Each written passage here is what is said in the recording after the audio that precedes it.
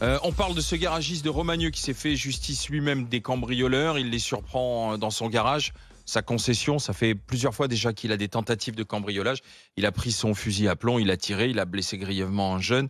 On verra quelles sont les suites judiciaires, bien évidemment. Mais là, dans tous les cas, une partie de la population, des commerçants locaux font bloc autour de lui. Ils ont même lancé une cagnotte de soutien.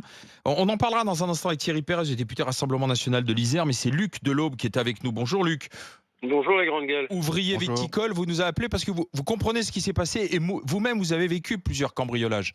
Alors, des cambriolages, oui et non. On m'avait volé des décos dans mon jardin, enfin dans mon espace privé. On m'a dégradé plusieurs fois mes véhicules que j'avais avant. On avait Et puis des incivilités, c'est-à-dire que vous avez des jeunes des fois qui tabassent les portes, qui cassent les volets, qui vous détruisent tout le bien. Alors vous appelez la gendarmerie X fois. Et puis à chaque fois, c'est une fin de non-recevoir. Et puis après, ce qui se passe, c'est que, à un moment donné, moi j'ai appelé la gendarmerie. C'était un vendredi soir. Ma maman de 80 ans passait, et puis mon épouse était là. On était en train de faire une soirée pizza tranquille. Et puis j'ai appelé la gendarmerie. On m'a dit on n'a pas que ça à faire. J'ai dit écoutez, si vous n'avez pas le plan A, j'ai dit moi j'ai le plan B. Un quart d'heure après, j'avais 3 gendarmes qui frappaient à ma porte en me demandant si j'avais un problème. Donc en fait, quand vous appelez pour signaler quelque chose, on vous dit qu'on n'a pas le temps. Et dès que vous dites que vous avez géré le problème tout seul, on vous dit que vous n'avez pas le droit. Donc en fait, vous êtes... Alors je ne blâme pas les gendarmes qui ne font que d'appliquer un logiciel, c'est pas le souci, c'est pas eux que je vais blâmer.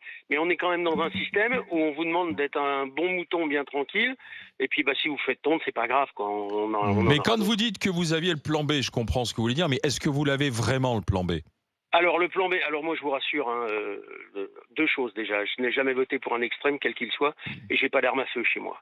D'accord. Alors moi j'ai expliqué aux gendarmes que j'allais en attraper un au hasard, et puis que je lui ramenais la tête et la peau sur son bureau. Il m'a dit vous n'avez pas le droit.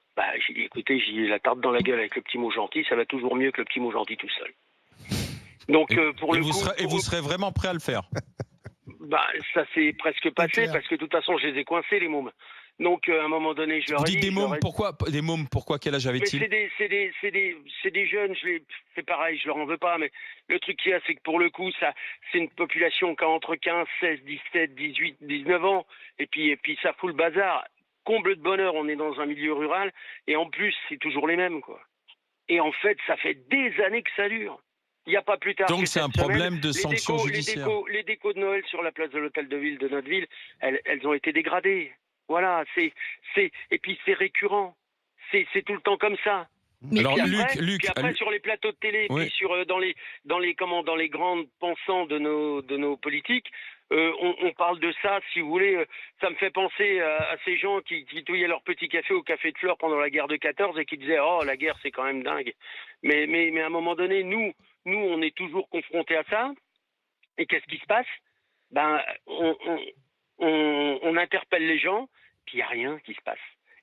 Et ce sentiment d'insécurité ou d'incivilité, c'est plus un sentiment, c'est ce qui se vit tous les jours.